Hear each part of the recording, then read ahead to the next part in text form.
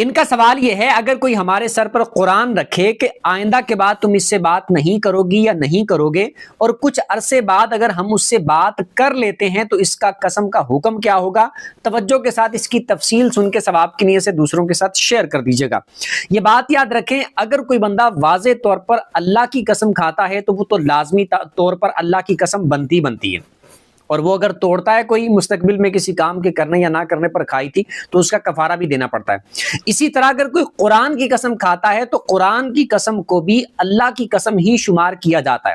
اور بالفرض اگر اس طرح قرآن سر پہ رکھ کے قسم کھائی تھی تو لازمی بات ہے قرآن کی قسم اس وقت بھی کھائی جا رہی ہے، قرآن سر پہ ہے، اور اس وقت بندہ قسم اٹھا کے اس طرح بولتا ہے اور بعد میں اگر اس قسم کو توڑ دیا تو لازمی طور پر گناہ تو ہوگا ہی ہوگا،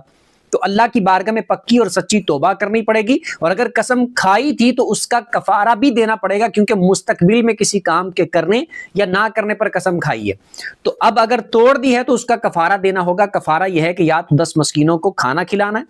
یا ان کو سوٹ لے کے دینے، یا پھر اتنے پیسے ان کو دینے، اور اگر یہ نہیں کر سکتے، واقعی نہیں کر سکتے، تو پھر 3 روزے رکھنے ہیں۔